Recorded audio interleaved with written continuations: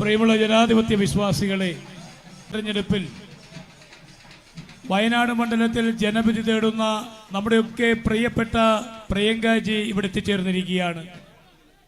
ഇന്ദിരാ പ്രിയദർശിനിയുടെ ചെറുമകൾ, രാജീവ് ഗാന്ധിയുടെ പുത്രി, സോണിയാഗാന്ധിയുടെ പുത്രി, നമ്മുടെ പ്രിയപ്പെട്ട രാഹുൽ ജിയുടെ സഹോദരി പ്രിയങ്ക ഗാന്ധി ഇവിടെ ജനവിധി തേടുമ്പോൾ നിങ്ങളെല്ലാവരെയും നേരിൽ കണ്ട് വോട്ട് അഭ്യർത്ഥിക്കുന്നതിന് വേണ്ടിയാണ് ഇവിടെ എത്തിച്ചേർന്നിട്ടുള്ളത്. നിങ്ങളെല്ലാവരോടും വോട്ട് ചോദിക്കുന്നതിന് വേണ്ടി പ്രിയപ്പെട്ട പ്രിയങ്കാജിയെ സ്നേഹപൂർവ്വം നിങ്ങൾക്ക് വേണ്ടി സ്വാഗതം ചെയ്യുന്നു, ക്ഷണിക്കുന്നു.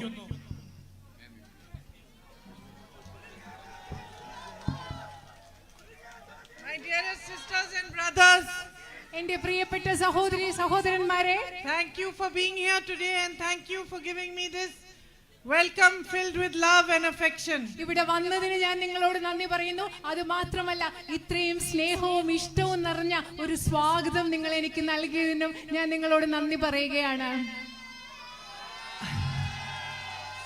I know you have a very special relationship with my brother. എനിക്കറിയാം, നിങ്ങൾക്ക് എന്റെ സഹോദരനോട് വളരെ പ്രത്യേകമായ വിശിഷ്ടമായ ഒരു ബന്ധമുണ്ടെന്ന് എനിക്കറിയാം. He has been your MP for 5 years. 5 വർഷം അദ്ദേഹം നിങ്ങളുടെ ജനപ്രതിനിധിയായിരുന്നു, നിങ്ങളുടെ MP ആയിരുന്നു. But more than that, he has been your son, your brother. പക്ഷെ അതിലുപരിയായി, ഒരു MP എന്നതിലുപരി അദ്ദേഹം നിങ്ങളുടെ മകനായിരുന്നു, നിങ്ങളുടെ സഹോദരനായിരുന്നു. And I know that in his heart he feels for you the same way that you feel for him. എനിക്കറിയാം, നിങ്ങൾക്ക് എത്രമാത്രം സ്നേഹം അദ്ദേഹത്തോട് നിങ്ങളുടെ ഹൃദയത്തിലുണ്ടോ അതുപോലെയുള്ള സ്നേഹം അദ്ദേഹത്തിന് തിരിച്ച് അദ്ദേഹത്തിന്റെ ഹൃദയത്തിൽ നിങ്ങളോട് ഉണ്ടെന്ന് എനിക്കറിയാം. He truly loves you from his heart. അദ്ദേഹത്തിന്റെ, എന്റെ സഹോദരൻ അദ്ദേഹത്തിന്റെ ഹൃദയത്തിൽ നിന്ന് നിങ്ങളെ ഓരോരുത്തരെയും സ്നേഹിക്കുന്നുണ്ട്. In many ways he was very alone in his journey, in his fight against the policies of the ideology. ബിജെപിയുടെ പ്രത്യയശാസ്ത്രത്തിനെതിരെ, ബിജെപിയുടെ നയങ്ങൾക്കെതിരെയുള്ള പോരാട്ടത്തിൽ പല തരത്തിലും എന്റെ സഹോദരൻ പലപ്പോഴും ഒറ്റയ്ക്കായിരുന്നു. He was standing for the truth. He was standing for all the values that our country was built on. അദ്ദേഹം സത്യത്തിന് വേണ്ടിയാണ് നിലകൊണ്ടത്. ഏതൊക്കെ മൂല്യങ്ങളുടെ അടിസ്ഥാനത്തിലാണോ നമ്മുടെ രാജ്യത്തെ പടുത്തുയർത്തിയത്, ആ മൂല്യങ്ങൾക്ക് വേണ്ടിയാണ് അദ്ദേഹം നിലകൊണ്ടത്. He was fighting alone, no matter what they said about him, no matter how many lies they spread about him, no matter how much they tried to hurt and harm him. അദ്ദേഹത്തെ പറ്റി എത്രയധികം നുണപ്രചരണങ്ങൾ അവർ നടത്തിയപ്പോഴും, അദ്ദേഹത്തെ കുറിച്ച് എന്തൊക്കെ അവർ പറഞ്ഞപ്പോഴും അദ്ദേഹം ഒറ്റയ്ക്ക് നിന്ന്, അദ്ദേഹത്തെ എത്രമാത്രം വേദനിപ്പിച്ചെങ്കിലും അദ്ദേഹം ഒറ്റയ്ക്ക് നിന്ന് പൊരുതുകയാണ് ചെയ്തത്. They launched such a massive campaign to tarnish his reputation and told so many lies about him that many people believed them and many people turned their backs on him. അദ്ദേഹത്തിന്റെ പ്രതിച്ഛായ സത്കീർത്തി ഇല്ലാതാക്കുന്നതിന് വേണ്ടി, അദ്ദേഹത്തിനെതിരെ നുണകൾ പ്രചരിപ്പിക്കുന്നതിന് വേണ്ടി അവർ വലിയൊരു പ്രചരണ പദ്ധതി തന്നെ നടപ്പിലാക്കുകയുണ്ടായി. അതുമാത്രമല്ല, ഒരുപാട് ആളുകൾ അദ്ദേഹത്തെ കുറിച്ച് അവർ പറഞ്ഞു പരത്തിയ നുണകൾ വിശ്വസിച്ചു. And at the time that was most difficult for him, when his struggle was at its hardest, it was you, my sisters and brothers of Wayanad, who stood by him, who gave him love, who recognized that he was fighting for you, fighting for the right things, and who gave him the strength and courage to carry on. അദ്ദേഹത്തിന്റെ ജീവിതത്തിലെ ഏറ്റവും ബുദ്ധിമുട്ടുണ്ടായിരുന്ന സമയത്ത്, അദ്ദേഹത്തിന്റെ പ്രയാസങ്ങൾ ഏറ്റവും കൂടിയിരുന്ന സമയത്ത്, എന്റെ വയനാട്ടിലെ പ്രിയപ്പെട്ട സഹോദരി സഹോദരന്മാര്, നിങ്ങളാണ് അദ്ദേഹത്തോടൊപ്പം നിന്നത്, നിങ്ങളാണ് അദ്ദേഹത്തെ തിരിച്ചറിഞ്ഞത്, അദ്ദേഹം സത്യത്തിന് വേണ്ടി പോരാടുകയാണെന്ന് തിരിച്ചറിഞ്ഞത് നിങ്ങളാണ്. My family and I will always be grateful to you for this. ഇതിനു വേണ്ടി ഞാനും എന്റെ കുടുംബവും എല്ലാ കാലത്തും നിങ്ങളോട് കടപ്പെട്ടിരിക്കും. We can never repay to you the love and affection you have given us and everything that you have given us. നിങ്ങൾ ഞങ്ങൾക്ക് തന്നിട്ടുള്ള സ്നേഹം, ഇഷ്ടം, അതൊരിക്കലും നിങ്ങൾക്ക് തിരിച്ചു തരാൻ കഴിയില്ല. നിങ്ങൾ ഞങ്ങൾക്ക് നൽകിയിട്ടുള്ള എല്ലാം നിങ്ങൾക്ക് തിരിച്ചു തരാൻ ഞങ്ങൾക്ക് കഴിയില്ല. അതിനപ്പുറമാണ് നിങ്ങൾ ഞങ്ങൾക്ക് നൽകിയിട്ടുള്ളത്. You belong to a beautiful land. നിങ്ങൾ ഇവിടെ മനോഹരമായ ഒരു നാടാണ് നിങ്ങളുടേത്. It is so blessed with natural beauty. നിങ്ങൾ അത്രമാത്രം പ്രകൃതി സൗന്ദര്യം കൊണ്ട് അനുഗ്രഹിക്കപ്പെട്ട ഒരു നാടാണ് നിങ്ങളുടേത്. It has so much potential. ഇവിടെ ഒരുപാട് സാധ്യതകളും കഴിവുമുള്ള ഒരു നാടാണ് നിങ്ങളുടേത്. The crops you grow here, the coffee, the pepper, the tea, the banana crops. അതല്ല, നിങ്ങൾ ഇവിടെ നടത്തുന്ന കാപ്പി കൃഷി, നിങ്ങൾ ഇവിടെ വാഴ കൃഷി നടത്തുന്നു, അതുപോലെ കുരുമുളക് കൃഷി നടത്തുന്നു. ഇവിടെ നിങ്ങൾ ഒരുപാട് കൃഷി ചെയ്യുന്നുണ്ട്. The young people, their courage, their strength, the fact that they are educated, their perseverance. അത് മാത്രമല്ല, ഇവിടെയുള്ള ചെറുപ്പക്കാരെ അവർ ധൈര്യമുള്ളവരാണ്, കഴിവുള്ളവരാണ്, അവർ വിദ്യാസമ്പന്നരാണ്. അത് മാത്രമല്ല, സ്ഥിരോത്സാഹം ചെയ്യുന്ന ചെറുപ്പക്കാര് നിങ്ങൾക്ക് ഇവിടെ ഉണ്ട്. And more than anything else, you stand as a shining example in India of unity. അത് മാത്രമല്ല, എല്ലാറ്റിനും ഉപരിയായി ഇന്ത്യ എന്ന മഹാരാജ്യത്തെ ഐക്യത്തിന്റെയും സാഹോദര്യത്തിന്റെയും ഒരു തിളങ്ങുന്ന ഉദാഹരണമായിട്ടാണ് വയനാടും വയനാട്ടിലെ ജനങ്ങളും ഇന്ന് നിലനിൽക്കുന്നത്. You have beautiful temples, churches, mosques. നിങ്ങൾക്ക് People of all religions living happily together, understanding that unless there is unity amongst you, there cannot be progress. നിങ്ങൾക്ക് മനോഹരങ്ങളായ ക്ഷേത്രങ്ങളുണ്ട്, പള്ളികളുണ്ട്, മോസ്കുകളുണ്ട്. എല്ലാ മതത്തിലും പെട്ട ആളുകൾ ഇവിടെ സ്നേഹത്തോടുകൂടി സാഹോദര്യത്തോടുകൂടി മനുഷ്യർ ഒരുമിച്ച് നിന്നാൽ മാത്രമേ പുരോഗതി ഉണ്ടാകൂ എന്ന് മനസ്സിലാക്കി ജീവിക്കുന്ന ഒരു സ്ഥലമാണിത്. And especially today, when there is so much fear being spread amongst communities, so much anger being spread, so much divisiveness being sowed between brother and brother, sister and sister, only to gain from it politically, only to remain in power. You stand as an example of what this nation truly stands for. പ്രത്യേകിച്ചും ഇന്ന് നമ്മുടെ രാജ്യത്തെ സഹോദരന്മാർക്കിടയിൽ, സഹോദരനും സഹോദരിക്കുമിടയിൽ ഭയവും ദേഷ്യവും വിദ്വേഷവും ഒക്കെ വളരുന്ന ഒരു കാലത്ത് ഈ രാജ്യം എന്തിനു വേണ്ടിയാണോ നിലനിൽക്കുന്നത്, ഈ രാജ്യത്തിന് ഐക്യത്തിന് വേണ്ടിയാണോ നിലകൊള്ളുന്നത്, അതിന്റെ ഉദാഹരണമായിട്ടാണ് വയനാട്ടിലെ ജനങ്ങൾ ഈ രാജ്യത്തിന് വേണ്ടി മുഴുവൻ നിലനിൽക്കുന്നത്, രാജ്യത്ത് നിലനിൽക്കുന്നത്. So it is the greatest honor for me today to be standing here as the UDF candidate in this election and to be hoping to represent a great people like you in the Parliament of India. അതുകൊണ്ട് ഇന്ന് നിങ്ങളുടെ മുൻപിൽ ഈ ഉപതെരഞ്ഞെടുപ്പിൽ ഐക്യജനാധിപത്യ മുന്നണിയുടെ സ്ഥാനാർത്ഥിയായി നിങ്ങളുടെ മുൻപിൽ നിൽക്കുന്നതും നിങ്ങളെ പോലെ മഹത്തായ ഒരു ജനതയെ പാർലമെന്റിൽ പ്രതിനിധീകരിക്കാനുള്ള ഒരു അവസരം കിട്ടുക എന്ന് പറയുന്നത് എന്നെ സംബന്ധിച്ചിടത്തോളം ഏറ്റവും വലിയൊരു ആദരവായിട്ടാണ് ഞാൻ കണക്കാക്കുന്നത്. Now, as I have been traveling around Wayanad, as I said, I have seen what immense potential you have. ഞാൻ നിങ്ങളോട് പറഞ്ഞതുപോലെ വയനാട്ടിൽ യാത്ര ചെയ്യുന്ന സമയത്ത് എനിക്ക് കാണാൻ സാധിക്കുന്നുണ്ട് എത്രമാത്രം സാധ്യതകളും കഴിവുമാണ് വയനാട്ടിലുള്ളതെന്ന്. But slowly as I am meeting people and understanding their lives, I am also seeing what great problems you have and how many battles, daily battles you fight. പതുക്കെ അത് മാത്രമല്ല, ആളുകളെ കാണുകയും അവരോട് സംസാരിക്കുകയൊക്കെ ചെയ്യുന്നതോടുകൂടി എനിക്ക് മനസ്സിലാവുന്നു നിങ്ങൾക്ക് എത്രമാത്രം ബുദ്ധിമുട്ടുള്ള പ്രശ്നങ്ങളുണ്ട്, എത്രമാത്രം പോരാടിയാണ് നിങ്ങൾ ഓരോ ദിവസവും മുൻപോട്ട് കൊണ്ടുപോകുന്നതെന്നും എനിക്ക് മനസ്സിലാവുന്നുണ്ട്. Rising prices, rising unemployment, policies of the government that are not made to benefit you, all these are slowing your growth. നിങ്ങൾക്കറിയാം, വർദ്ധിച്ചു വരുന്ന വിലക്കയറ്റം, വർദ്ധിച്ചു വരുന്ന തൊഴിലില്ലായ്മ, നിങ്ങളുടെ പ്രശ്നങ്ങൾ പരിഹരിക്കാൻ സാധ്യതയില്ലാത്ത ഗവൺമെന്റിന്റെ നയങ്ങൾ, ഇതെല്ലാം നിങ്ങളുടെ വളർച്ചയെ മുരടിപ്പിച്ചുകൊണ്ട് മന്ദീഭവിപ്പിച്ചുകൊണ്ടിരിക്കുകയാണ്. You're working hard day and night, whether you work in the farms or you have a job or whether somebody has gone abroad to work. You work hard day and night, but you still cannot make ends meet. Still it is difficult. Prices are so high. And it's difficult when you educate your children and you do everything possible to give them the best education, and yet they can see no future. No jobs are available to them. നിങ്ങൾ വളരെയധികം കഷ്ടപ്പെടുകയാണ്. ചിലർ കൃഷിയിടങ്ങളിൽ ജോലി ചെയ്യുന്നു, ചിലർ മറ്റു ജോലി ചെയ്യുന്നു, ചിലർ വിദേശത്ത് പോയി പണിയെടുക്കുന്നു. പക്ഷെ നിങ്ങൾ എത്ര കഷ്ടപ്പെട്ടാലും നിങ്ങൾക്ക് ജീവിതം മുൻപോട്ട് കൊണ്ടുപോകാൻ ബുദ്ധിമുട്ടാണ്. നിങ്ങൾ വളരെ കഷ്ടപ്പെട്ട് നിങ്ങളുടെ കുഞ്ഞുങ്ങളെ പഠിപ്പിക്കുന്നു, അവർ പഠിച്ചിട്ടുണ്ട്, പക്ഷെ അവർക്ക് ജോലി കിട്ടാനുള്ള ഒരു സാധ്യതയും നിങ്ങൾ കാണുന്നില്ല.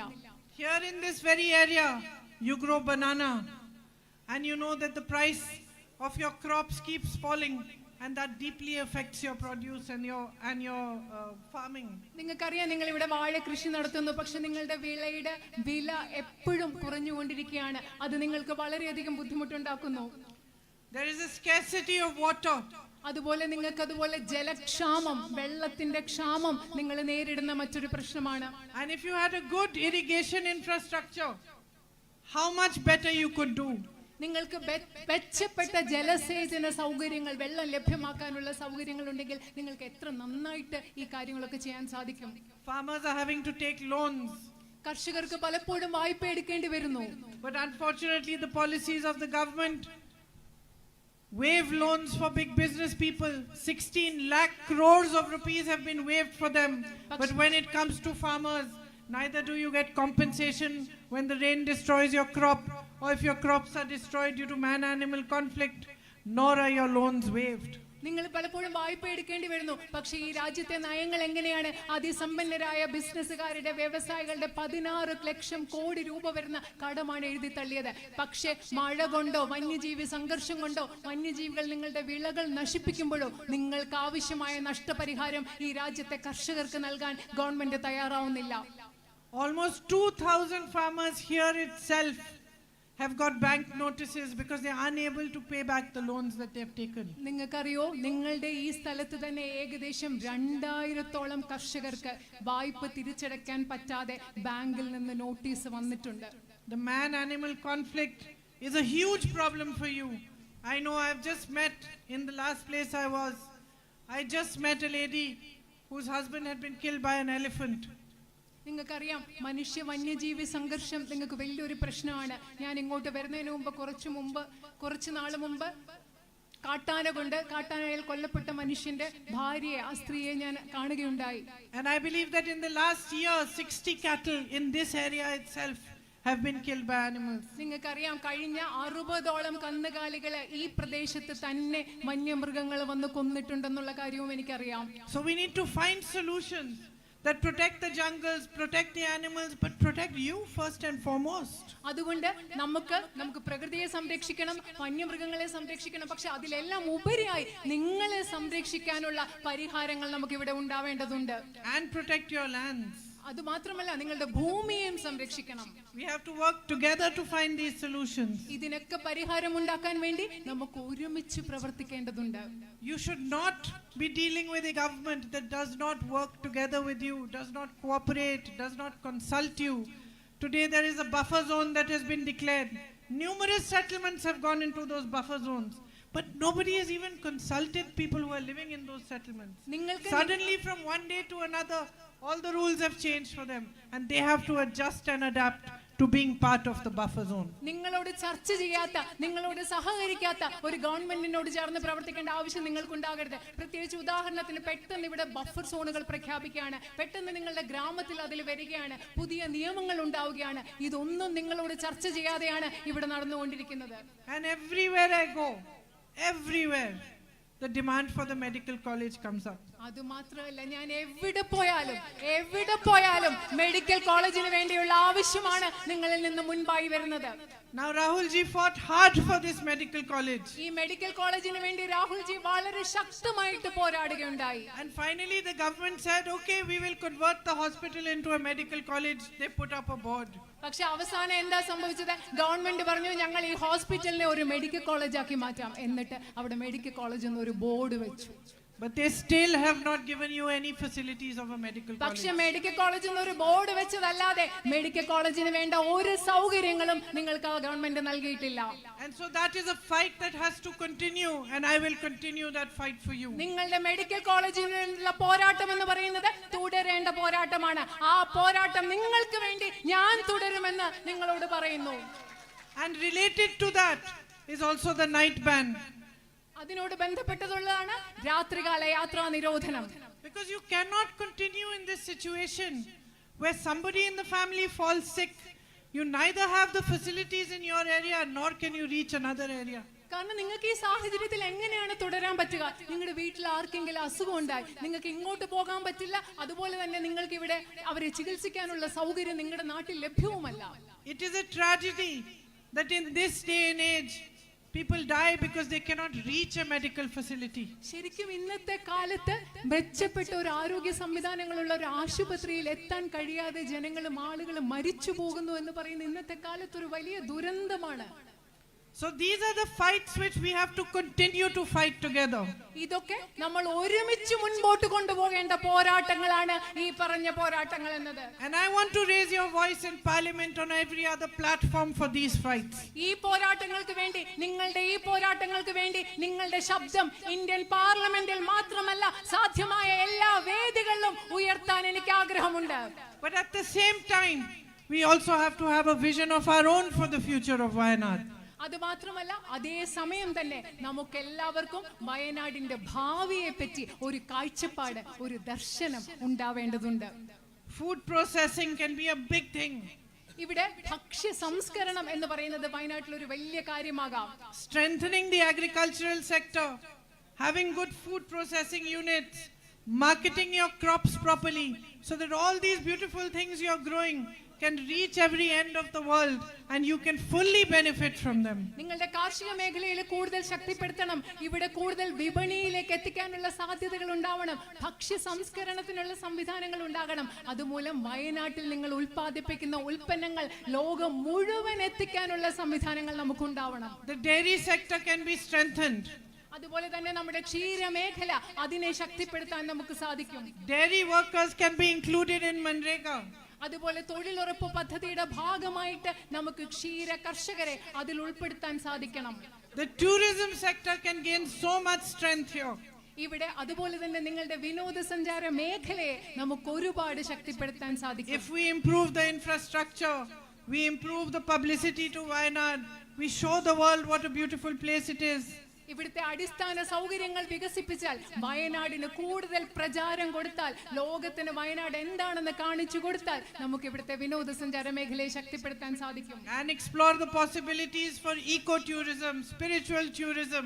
ഇവിടെ ആത്മീയമായ വിനോദസഞ്ചാരത്തിന്, പരിസ്ഥിതിയുമായി ബന്ധപ്പെട്ട വിനോദസഞ്ചാരത്തിനെല്ലാമുള്ള സാധ്യതകൾ നമുക്ക് കൂടുതൽ അന്വേഷിച്ച് കണ്ടുപിടിക്കേണ്ടിയിരിക്കുന്നു. Ayurveda and so many other things that are available here.